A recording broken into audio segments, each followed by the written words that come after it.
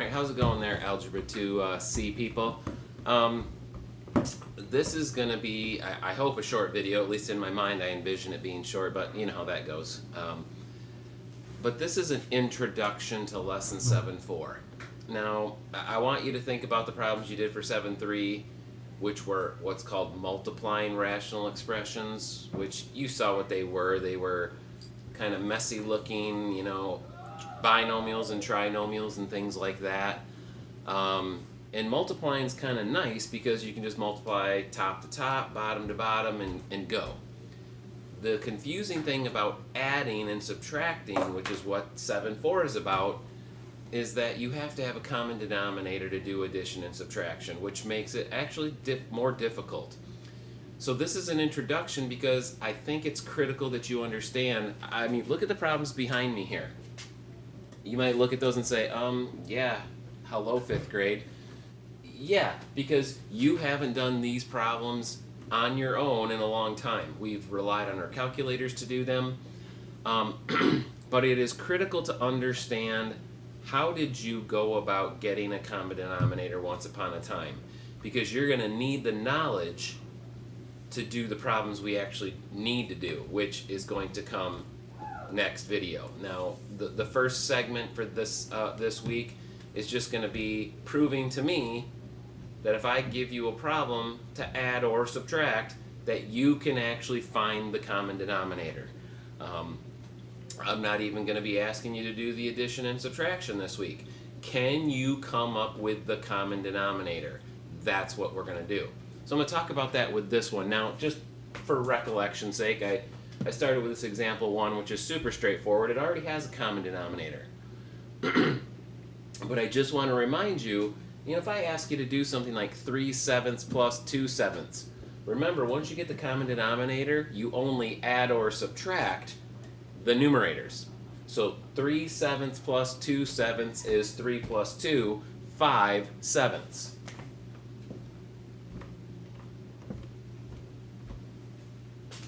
Ooh.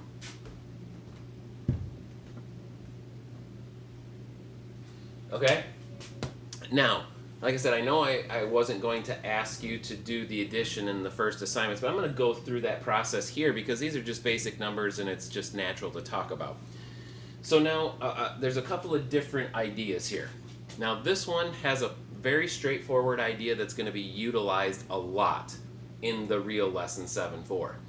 You have 3/5 plus 2/3, different denominators. The easiest go-to thing to get a common denominator is take the two denominators and multiply them. Well, 5 times 3 is 15. So the common denominator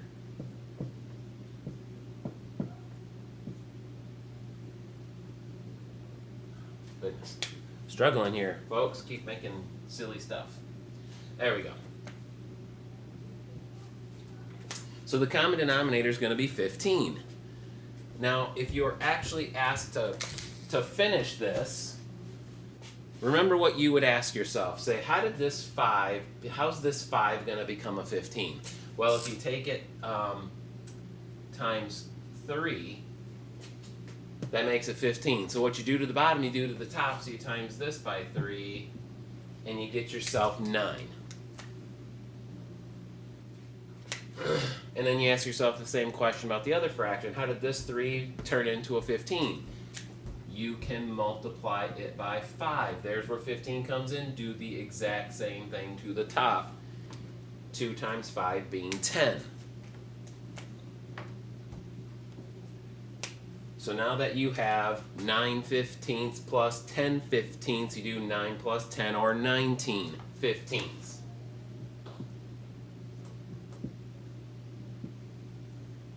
And just as a reminder, I usually get a question from kids if I'm doing this in class, like, wait a minute, you can't have the top number heavier, it's top heavy, which is technically called improper. It's totally fine. I don't know why they gave it the name improper if the top number's bigger. It's fine to leave it as 19/15.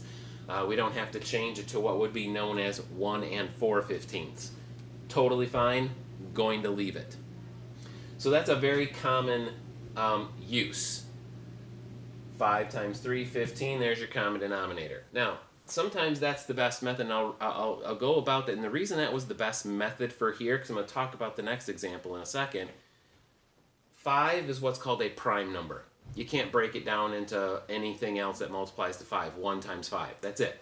And 3 is the same way, so your best line of defense is 5 times 3, 15. Now I'm going to talk about the common sense of this one over here. We have 3/10 plus 2/5. Some of you might look over here and say, yep, the common denominator is 10. You don't have to go 10 times 5 is 50. That's a common denominator, but it's not what's known as the least common denominator. You would like the smallest version if you can find it. 10 will work because 5 times 2 is 10. Now, I want to talk about, because this is going to be to your advantage later. How were you taught, maybe? I don't know, I wasn't your elementary, middle school math teacher. How were you supposed to be taught to find the common denominator when you didn't know any better? You were supposed to take the denominators. Now I'm going to take 10. And you're going to break 10 down into what's called its prime factors. The numbers that multiply to 10 that won't break down anymore. Now the only thing that comes to mind when you think of 10, I hope, I mean, yes, 1 times 10, but that's not helpful. 2 times 5. See, that's why 10's not a prime number, because 2 times 5 represents it. Now, 2 and 5 are prime numbers. You can't break them down without any other number. Like, breaking down to prime factors means you can't use the number 1. The only way to write 2 is 1 times 2. That's prime. The only way to write 5 is 1 times 5. That's 5. The only way to write 10 was not 1 times 10. 2 times 5 worked, and that made it prime. Or not prime. Now, the number 5, that is prime. So I'm just going to jot it right down because I want everything on the same line. Now, here's how you should have been taught to pick a common denominator. That's why I drew a line here to separate these two groups. You look at the two groups. If they share a number, it's part of the common denominator. Now, you guys, these two share the factor 5. Cross it out. Write 5 down. This is me calculating the common denominator. Now, that's the only thing the two groups share. The thing is, you don't write down 5 and 5 and say 5 times 5. Because if you just did 2 times 5 times 5, you get 50. If they share a factor, you'd use it once because they both already have it. Anything that's left over needs to be thrown into the common denominator calculation as a multiple. So the 2's left over, I need that. The common denominator is 10. And I know some of you at the beginning were like, I already knew it was 10. It's not about the fact that you knew it was 10. It's where does that come from? So if that was the case, now again, you guys can pause this and look at this and kind of get the idea. I'm going to erase it a second. And just go back to quickly, okay, if I was actually doing the calculation, how would I do that? Now here's the deal. This 10 already is 10, no change. This 5 needs to become 10. That happens by times 2. This needs to be times 2. What you do to the bottom, you do to the top, balance. 2 times 2 is 4. So folks, 3/10 plus 4/10 is 7/10.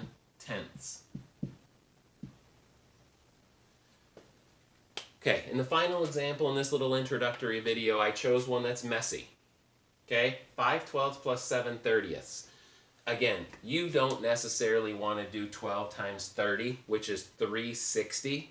That's a big denominator, excuse me. You don't want 360. So we're going to do that prime factorization thing. So we're going to take the number 12. And please understand, it doesn't matter how you start to break up the number 12. You can start with 2 times 6. You can start with 3 times 4. We're all going to end up at the same bottom line as long as we go as far as we can with what's called prime factors. I'm going to go 2 and 6. I don't know why that was in my head first. The funny thing is, as I was writing this out on paper, just kind of, I did the 3 times 4 version on my paper, so I'm going to do the 2 times 6 version. Now, that's one of the reasons 12 is not considered prime, is because It's not just 1 times 12. 2 times 6 is an option. Keep breaking these down if they break down, and they do. Now, the 2 doesn't. 2 is prime. 6 is 2 times 3. Now, these numbers are prime, and please note that these numbers multiply to 12. 2 times 2 is 4, times 3 is 12. That's the prime factorization of 12. Now 30.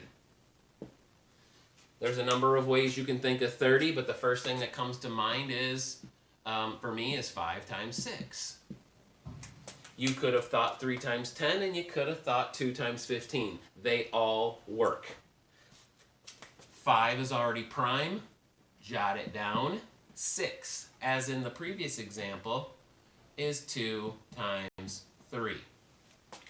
These cannot break down any farther, and please note 5 times 2 is 10, times 3 is 30. Now, here's how the process works for picking the smallest possible common denominator. Look at what they share. Okay, it doesn't matter what one you see first, just see it. Okay, they share a 2 here and a 2 here, part of your common denominator. See, you take all your little pieces and you multiply them together, and that's your common denominator. Okay, what else? They don't share a 2 again, but they share a 3. There's a 3 here and a 3 here. You only write what they share once. The sharing's done. Now, everything else that hasn't been crossed out needs to be thrown into the pile. That times 2 and that times 5 needs to go in there. And whatever that multiplies to, that's what we need. Folks, 2 times 3 is 6. 6 times 2 is 12. 12 times 5 is 60. And I know some of you might be like, they shared the 2 and you wrote the 2 down once. Why do I have to write it again? If you leave this 2 out and say that the common denominator is 2 times 3 times 5, 2 times 3 is 6, 6 times 5 is 30, here's the deal. 12 can't become 30. 12 times 2 is 24, 12 times 3 is 36. It can't be 30. That's how that would skip out on the common denominator, so that's why that additional times 2 is in there. Take what they share, write it once. Take what they share, write it once. Whatever is left over, throw it into the pile. Now you guys, I'm going to erase this and just finish this so you see how it works, but the common denominator is 60.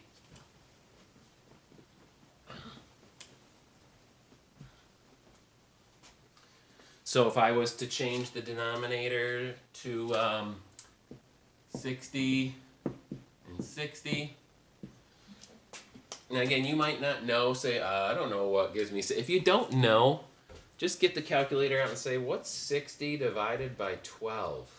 Oh, that's 5. That means, how did a 12 become 60? Times 5. 5 times 12 is 60. So you do this times 5, which is 25. So that goes there. This one's a little bit easier to see. 30 becomes 60 times 2. 30 times 2 is 60. So times 2 there, that's 14. So 25 60ths plus 14 60ths, you do 25 plus 14, which is what, 39? 39 60ths. And there you go. So you guys, I just think that stuff is necessary. You have to understand, did I ever even learn it that way before? It doesn't matter if you did or didn't at this point. You just have to see how it works. Now, lastly, I just want to address, because you can see the 4 examples that I did were all addition. If they were subtraction, it's no different in the work that you do. You just subtract the numerators. So if this was minus, you do 3 minus 2, 1/7. Here you do 9 minus 10, negative 1/15. Here you do 3 minus 4, negative 1/10. And here you do 25 minus 14, or 11 60ths. So subtraction doesn't change the way you go about your common denominator. It just changes the fact that once I have my common denominator and my numerators adjusted, I subtract them instead of add them. Okay? folks, it's an introduction. I think it's a very important part of that, and of knowing this. And I'm going to kind of state that when I shoot this assignment out, that please watch this first video, and because I'm going to make a ton of references to it when I get to the next video about using the actual rational expressions, because they're tougher, but this is the foundation. So I hope you watch it and watch it carefully. Take care, people.